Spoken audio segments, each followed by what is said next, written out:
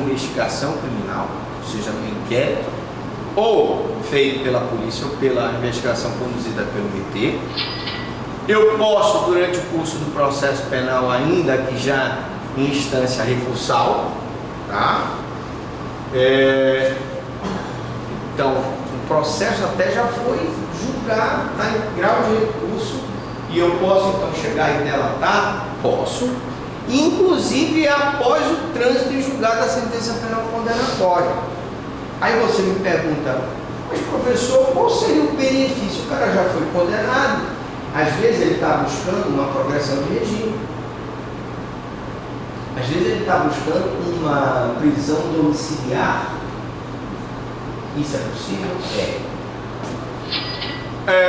Quais os benefícios que ele pode receber com a colaboração premiada? Primeiro, não oferecimento da denúncia. O Ministério Público pode até nem oferecer a denúncia contra ele.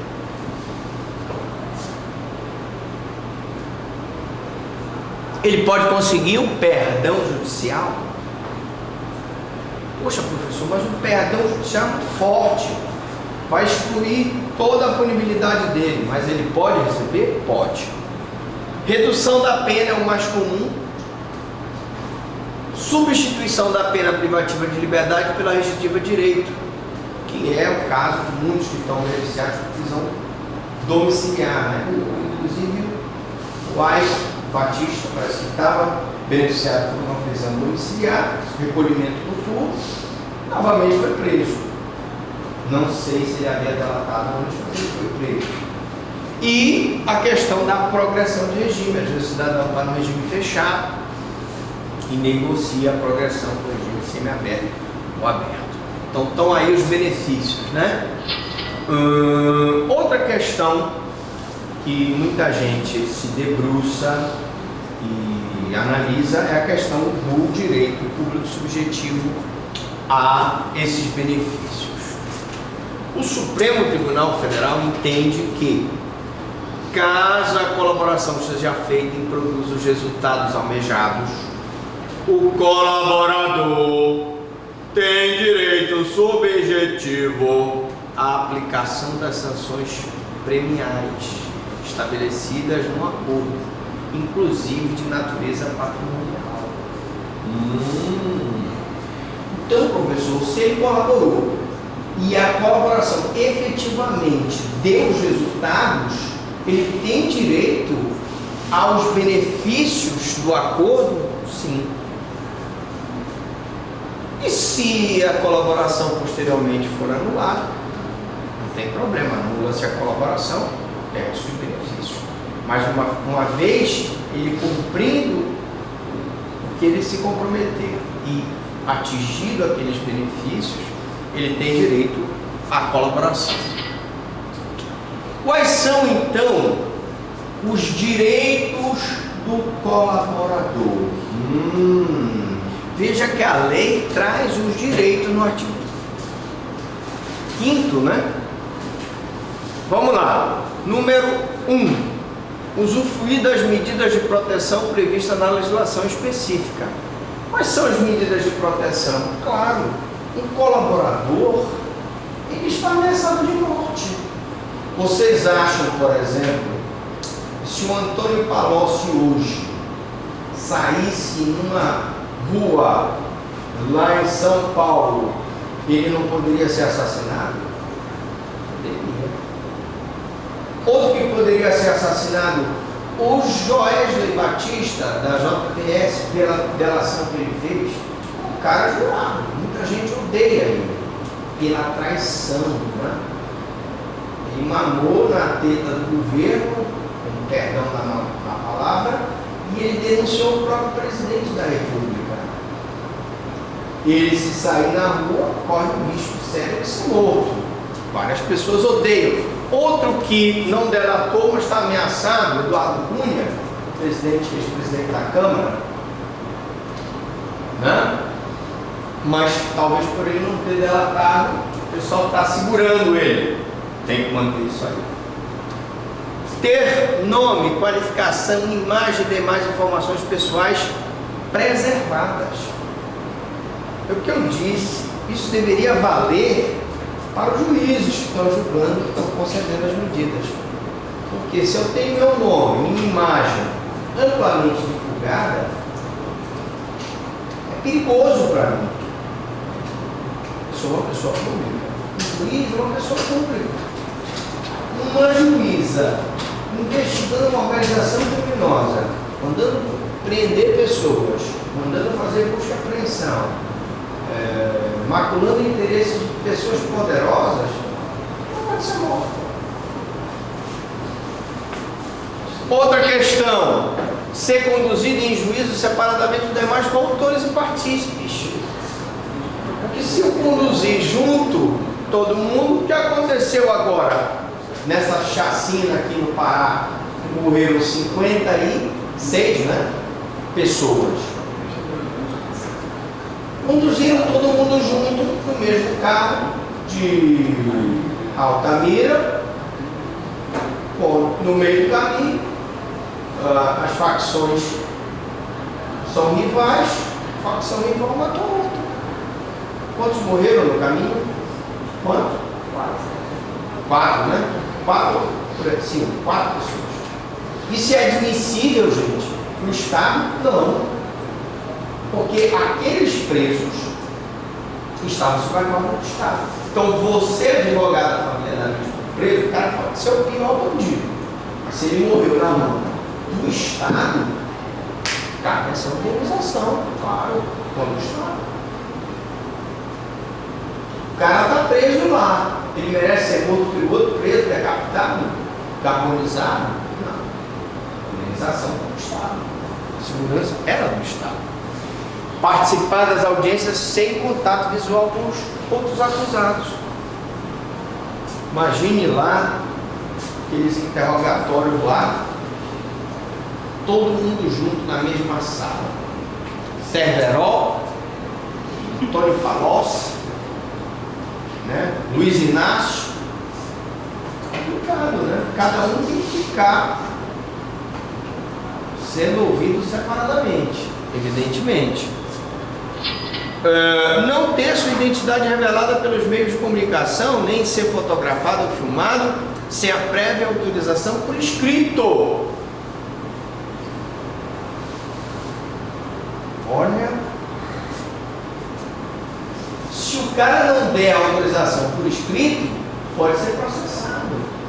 Isso é um dispositivo da lei organizado. Eu não dei a autorização, não posso ser filmado. Cumprir pena em estabelecimento penal diverso dos demais réus ou condenados. Se ele cumpre pena no mesmo estabelecimento, na mesma ala, o que vai acontecer? Uma facção manda matar a outra rival. E vocês têm alguma dúvida que a qualquer momento, e todos para que isso não aconteça, vai haver um revide da facção que teve seus membros mortos? É uma questão de tempo. O sistema penal hoje está em alerta máximo, que pode haver a qualquer momento uma rebelião, com morte, porque isso aqui é uma exigência. Ora, eu tenho uma facção rival, se as pessoas delataram outra facção, colocar todo mundo junto no mesmo estabelecimento é fim. Bom, agora, para vocês que são advogados e bacharéis que querem aprender os requisitos formais, temos aqui no artigo 6º. Olha, a delação, gente, não é uma coisa do outro mundo. Você pega aí um modelinho, já vai pensando, agora o professor Franklin me ensinou a fazer delação aqui. Colaboração premiada. Como é que eu vou fazer uma colaboração premiada, uma delação premiada? Está aqui. Primeiro, relato da colaboração e seus possíveis resultados. Você vai pegar, vai dizer, meu cliente vai relatar tal fato assim, assim, que aconteceu no dia tal, quantas horas, papapá. Com essa delação eu vou conseguir prender, fazer a apreensão da droga, vou prender os membros da organização, vou recuperar o produto do crime, vou libertar a vítima que está em cativeiro, etc. Você vai relatar. Segundo, as condições da proposta do Ministério Público, do delegado. Qual é, doutor, a condição? O senhor vai pedir a redução da minha pena? O senhor vai deixar de oferecer a denúncia? Você vai pedir um perdão judicial? Você vai pedir uma progressão de regime para mim? Quais as condições? Tem que deixar fixado. Um dos problemas nos Estados Unidos, que eu falei na aula passada do ônibus, é a questão do plea guilty e do plea bargain. O plea guilty, a pessoa já chega na frente do juiz e se declara culpado nos Estados Unidos, e a partir daí vem o plea bargain, que é a barganha em que o promotor de justiça americano, seja ele estadual ou federal, normalmente já tive a oportunidade, pode fazer o acordo. Beleza. Só que lá nos Estados Unidos não tem limite, né? O promotor pode fazer qualquer acordo. E eu até citei aquele filme, O Acordo, em que aquele careca, como é o nome daquele cara? Dwayne Johnson, né?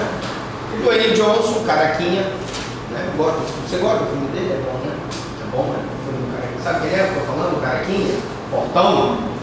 Faz aquele filme lá, que pula do prédio, com a perna amputada, se agarra.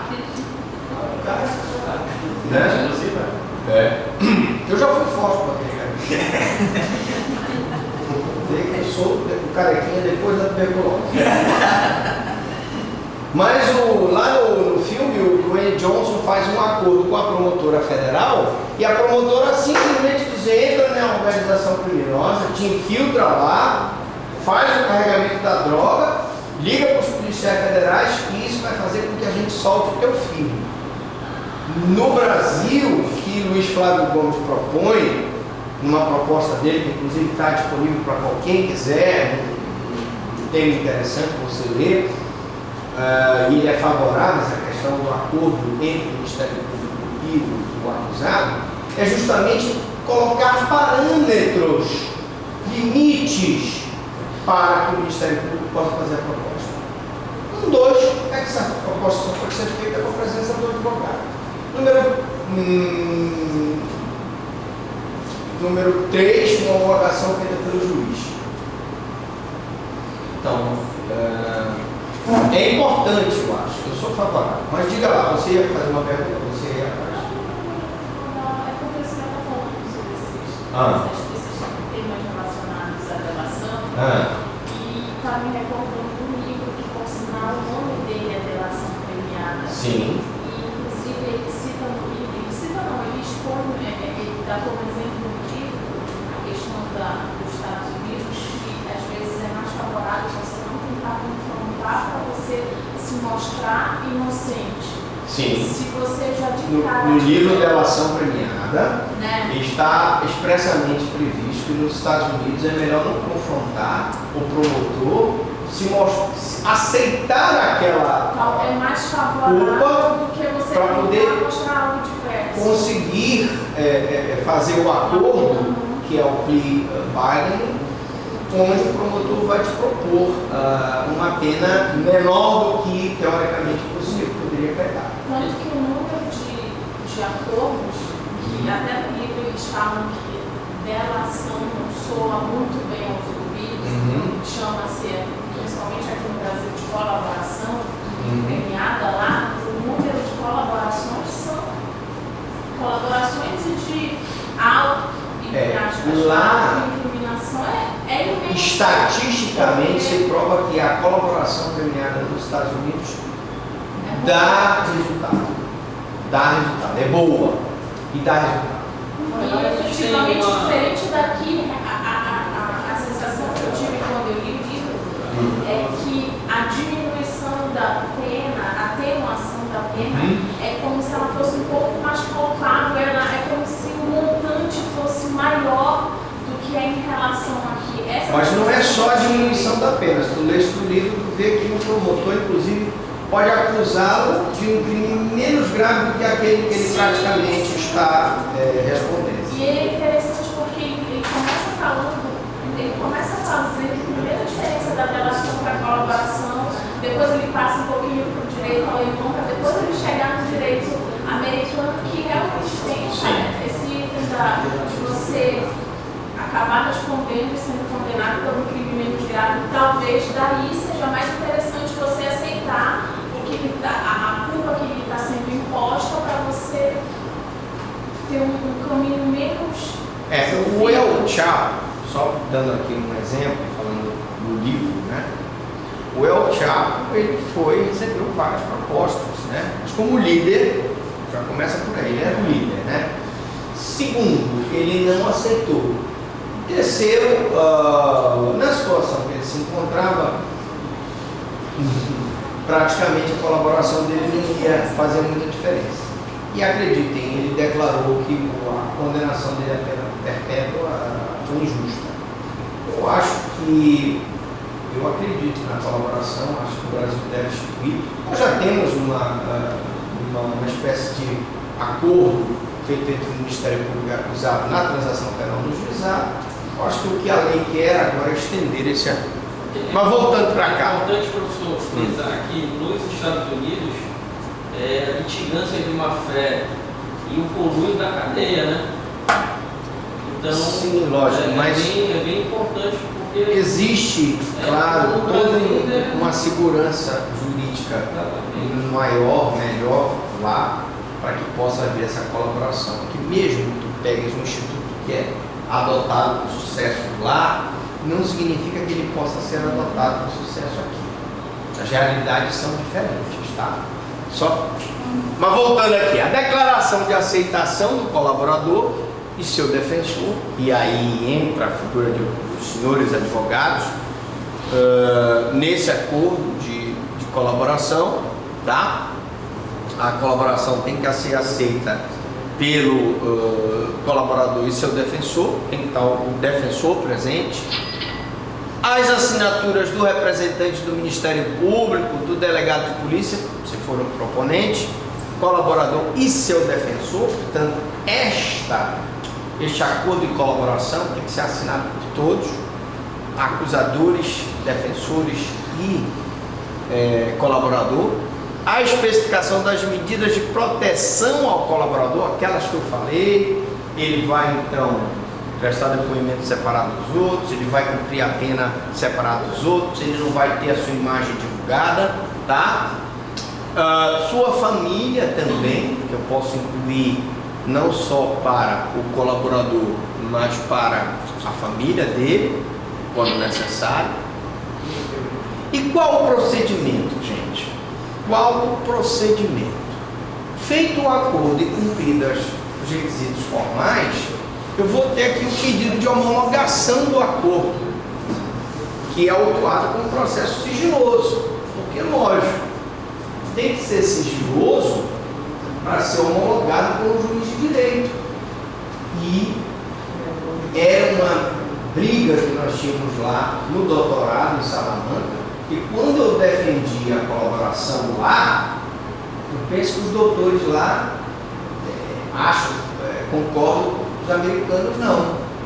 Pelo menos na Espanha, eles são absolutamente desfavoráveis à colaboração. Até pelo que aconteceu com a colaboração do Joesley aqui no Brasil. Mas eu quero dizer que uma colaboração feita dentro dos parâmetros legais, assistida por um advogado, homologada por um juiz, ela deve ter sua validade. Até porque o juiz, ao homologar a colaboração, ele não está presumindo que os fatos são verdadeiros.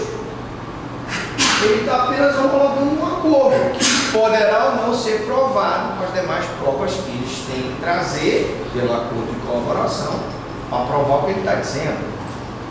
O acordo de colaboração premiada deixa de ser sigiloso assim que recebida a denúncia. Então, aquele acordo ele tramita lá, ele é homologado pelo juiz, e só após o recebimento da denúncia é que ele deixa de ser sigiloso. Porque aí a parte contrária, as outras pessoas envolvidas, os outros membros da organização podem apresentar sua defesa. Vai dizer, epa, mas o que o cidadão está delatando aqui não é verdadeiro? Cadê a prova? Na análise da homologação do acordo, o juiz deverá examinar o quê? Vamos lá. O que o juiz necessariamente deve examinar? Primeiro, regularidade. Se os aspectos formais e procedimentais foram atendidos. Os aspectos formais, o fato, com todas as suas circunstâncias, né? Qual vai ser a efetividade dessa delação? Vai colaborar com a apreensão da droga, com a apreensão das pessoas, com a recuperação do dinheiro? Segundo, os procedimentos. Foi assinado por advogado? Foi assistido por um defensor? O promotor assinou também? O promotor tinha ciente que a proposta era uma redução de pena de metade da pena? Legalidade. Você não vai fazer um acordo ilegal, né? Você pegar um mega criminoso de uma mega empresa, fazer um acordo dando todos os benefícios para ele, não apreendendo o passaporte dele, não impedindo que ele saia do país, não impondo ele uma restrição maior, você está favorecendo demais. Então, tudo isso deve ser analisado, legalidade. O Joés, né? Não vou entrar aqui no mérito, né? Que todo mundo critica. Academicamente. Sim, academicamente eu falo o gênero que vocês captam no ar. Voluntariedade. Se o investigado acusado não foi coagido a assinar o acordo. Se o cara foi torturado, foi coagido, né? Assina esse acordo aí, senão tu vai ver só o que vai acontecer. Não pode ser feito assim, né? Essa voluntariedade aí é interessante. Porque o que a gente tem visto? Uma dobradinha dando emprego com o juiz. Sim. Prende para apertar o cara a delatar. Penso que uma colaboração premiada pela forma com que... É uma exceção. Sim. Né? Então, dado a exceção, tem que se primar pela boa-fé, pela transparência. E a voluntariedade ela tem que, de fato, existir. De nenhum tipo. Mas vamos lá. Prisão. Você prende o cara passa vários dias preso lá, você vai desgastando ele com a prisão e ele então vai dela. Primeiro, a prisão tem que ser legal. Se é temporária ou se é preventiva, tem que preencher os requisitos da garantia da ordem pública, conveniência da instituição, assegurar a aplicação da liberdade. Se é temporária, não apresentou identificação, está envolvido com a organização criminosa, é a única forma de assegurar a investigação.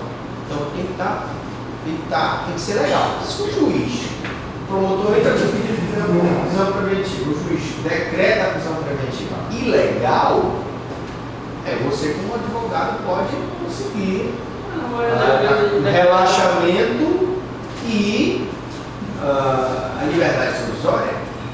Se não consegue na primeira instância, na terceira. Agora, que fique bem claro, se o cidadão chega na frente do juiz, doutor, na verdade eu fui coagido a delatar. O senhor assinou isso aqui passado, assinei. Porque o que acontece realmente é isso, cara, é preso legalmente, que ele estava praticando coisas muito erradas, ele está desgastado com a prisão, o advogado já fez de tudo, já entrou para HC, no segundo grau, no terceiro grau, não conseguiu, foi até o Supremo, não conseguiu, aí ele disse, cara, não tem jeito para ti, não vai ficar preso. Então é melhor tu delatar. Se a prisão foi legal, me diga, a prisão foi legal, mas a prisão foi confirmada, os caras entraram, foi recurso especial, foi recurso extraordinário.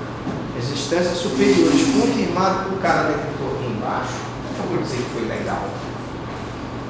Normalmente é isso que acontece.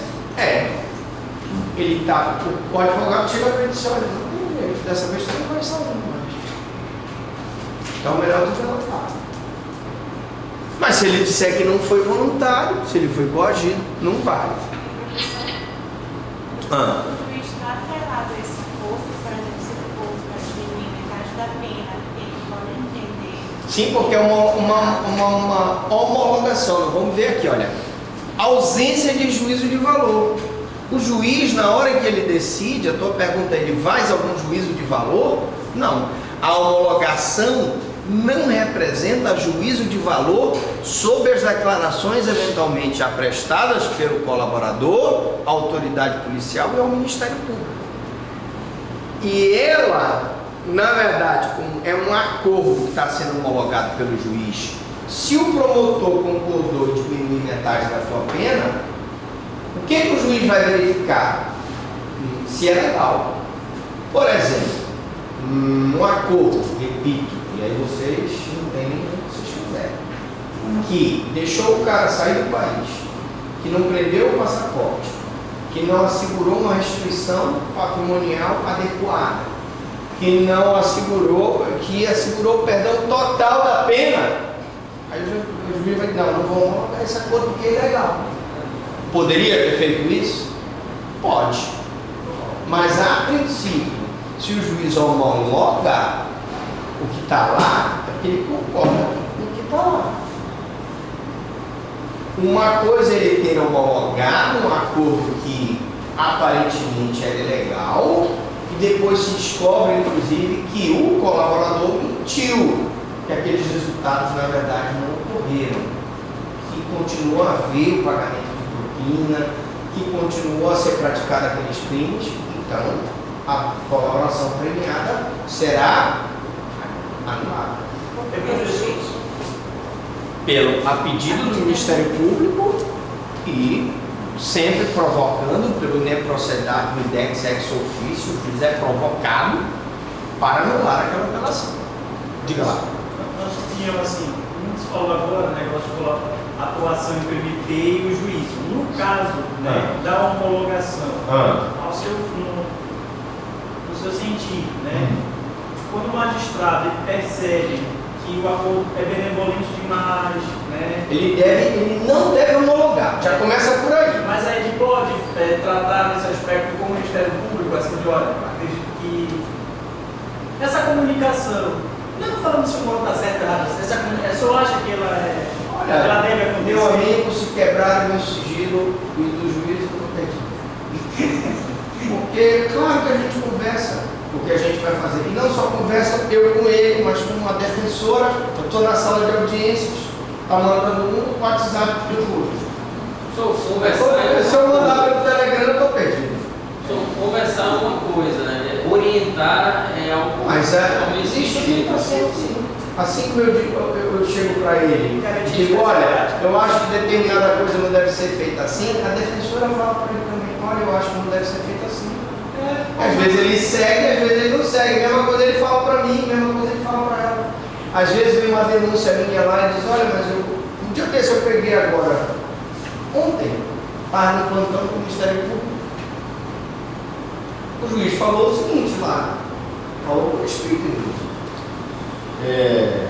olha, mas tem informação que foi juntado laudo e que a vítima foi agredida pelo acusado. Por que não coloca? Tem que ser feito um aditamento para colocar o crime de lesão corporal.